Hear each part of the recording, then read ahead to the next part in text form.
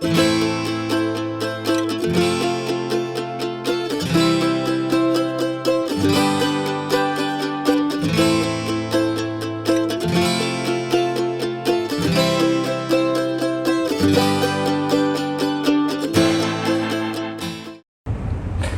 this is a review of the Victure AC900 little tiny sports camera, something similar to the GoPro. Well, once again, decided to do this outside.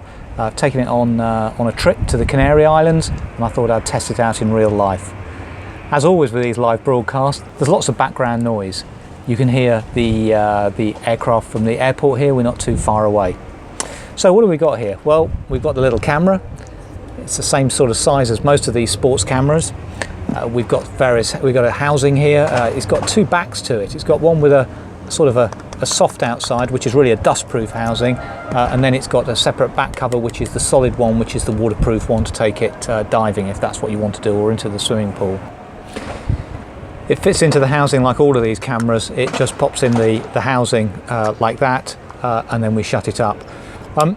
This particular camera, you'll probably notice, just has two buttons, one on the top and one on the front. Some of the other cameras have a couple of buttons on the side, which means that particularly when it's in these housings, it's easier to operate, especially with the hard cover. This one's got a touch screen at the back, which means that even with this soft cover, you can tap it and you can access all the various functions. The camera itself is fairly heavy. It's heavier than some, lighter than others, but it feels fairly solid and robust. To access the battery compartment's nice and simple. It just goes in the back like that, and it comes with two of these batteries, which are each 1350 milliamp hours, which will probably give quite a good time of recording. I'd estimate about an hour. And also in here is the micro SD card slot, standard card slot, but because this shoots in 4K video, which is a high data rate, I suggest you get one of the faster recording micro SD cards for this. And in the side here, you've got a little flap that opens like this, and within here, just nips open, within here you've got a USB-C for the charging and connection, and also micro HDMI, which is quite neat, and that just flips over. It's just a cover really. It wouldn't really keep too much out. It just keeps the dust and the dirt from going in. So there we go, there's the little camera. One of the first things I did was take off all of the protective covers, as the sort that come over the lens and what have you. Rather disappointing on this one, it's left a trail of glue along the screen there and up there, and I'm going to have to go and find some solvent to take it off.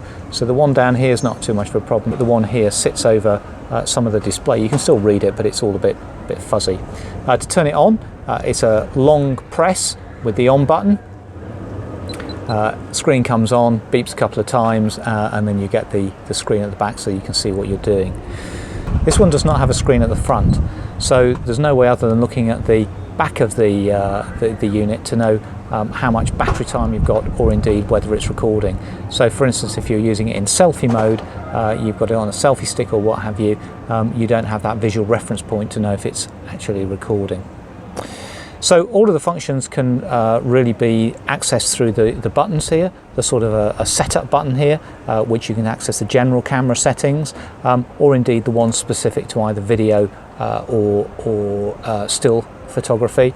And then a button there to select the modes, depending on whether you want to take video or photos, or time-lapse, or some of the other options that you want to do. As with all these action cameras, they come with a whole selection of little kit pieces to get you going, but they're standard GoPro, and you can buy all sorts of accessories from Amazon and eBay and all sorts of other places. This particular camera, on its body itself, has the standard screw setting, so you can attach the camera as it sits just on its own, or alternatively, on the bottom of the housing here, the dustproof housing, or indeed the waterproof housing, is a little bracket here, which you can attach any of the many brackets to, and from there you can attach things like tripod mounts, mounts to put it on cycle handlebars, sort of Velcro straps to strap it onto maybe railings or odd shapes, anything you like. One of the things that I use and this does not come. The camera is a handheld, so I use this when I go into the water. It happens to be a floating device, and that just pops on there like all of the others, and it would fit if I'd opened it up, and that makes a great steady holding platform to take some videos with. So just before I finish this segment, I thought I'd show you how I've created the filming environment here today. I had to be a bit creative on the balcony of my hotel room, so let me just start this camera to take it. So here you can see the camera setup that we've got. So I've got the balcony chair with the waste paper bin on top of it and my laptop to provide a flat surface. My Osmo Mobile 3 is holding my smartphone, which I'm filming this from. And all of the things I'm filming are sitting on a tabletop, which is my suitcase on top of the table to give it some height. And just looking out over the balcony, you can see the sun is starting to set. It's 7:30 in the evening, and it's been a beautiful blue sky day, absolutely gorgeous. So there I'll finish the filming for today.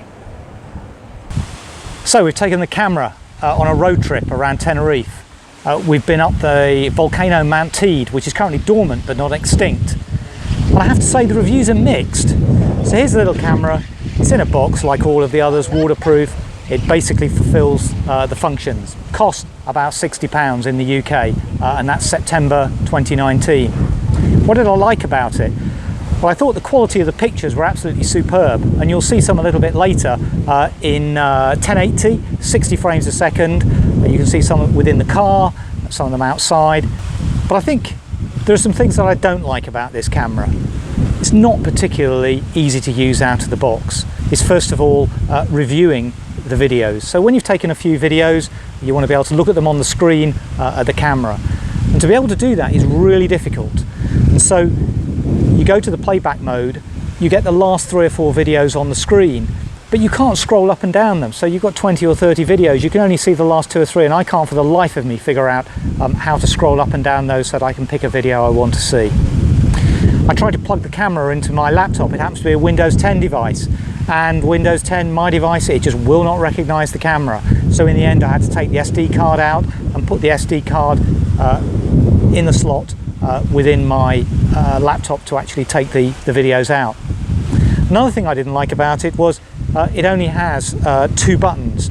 There's obviously 2 buttons on the casing, but there's only 2 buttons on the camera, which work, but you know, it's not as easy as if there were another 2 buttons here which you could use as up and down buttons. And where this is going to be a real problem is if you do take it in the water, in a pool or scuba diving.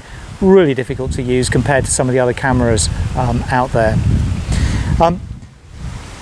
I do like the fact that it has within the bottom of the camera a screw mount, standard tripod screw mount, which means you can mount it particularly easy.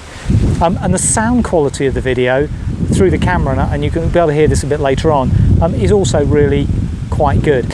One of the other things I didn't particularly like about it was the fact that connecting it to the mobile app. So the mobile app that they recommended in the manual and on the Amazon site, I can't find in Android Play Store. Also, it suggests a second app, and I went to that on the Play Store, and basically I got a security warning just saying, you know, it's exhibiting poor behavior, so I didn't even download it. I don't know whether using that app you can update the software on this camera, the firmware, but really they ought to ship it with firmware that's the best they've got at the time of shipping. Another thing I didn't particularly like about the camera, it has no display on the front. You can't tell if it's even rolling, never mind seeing what it's filming. So from purely selfie mode, you've no idea whether the camera is actually rolling or indeed whether you're taking any selfie pictures. And now DJI have come out with a camera with a screen on the front. I'm not sure if GoPro have, but I suspect they will fairly soon. But there's certainly competitive priced cameras on the market that have an LCD screen here that you can at least see whether the seconds are counting by and it's actually taking some pictures. So all in all, a bit of a mixed review. Quite like the camera from certain perspectives. It was nicely packaged. It sort of is a camera. I just feel it's probably the last generation of camera rather than the current generation you could buy now. But for the price point, and it's a good price point, maybe you make that compromise, value for money, pound notes, dollars against functionality. So as I said, I've taken this camera on a road trip around Tenerife, way up into the mountains. I think we got to about 7,500 feet, which is in meters, is probably got to be about two and a bit thousand meters up. One of the world's largest volcanoes.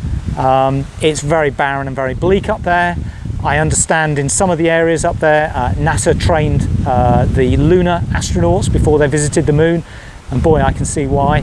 So sit back, enjoy some of the movie I've got for you, and thank you very much for watching this particular review. My name's Simon. Please click like and subscribe, and thank you for watching this particular review.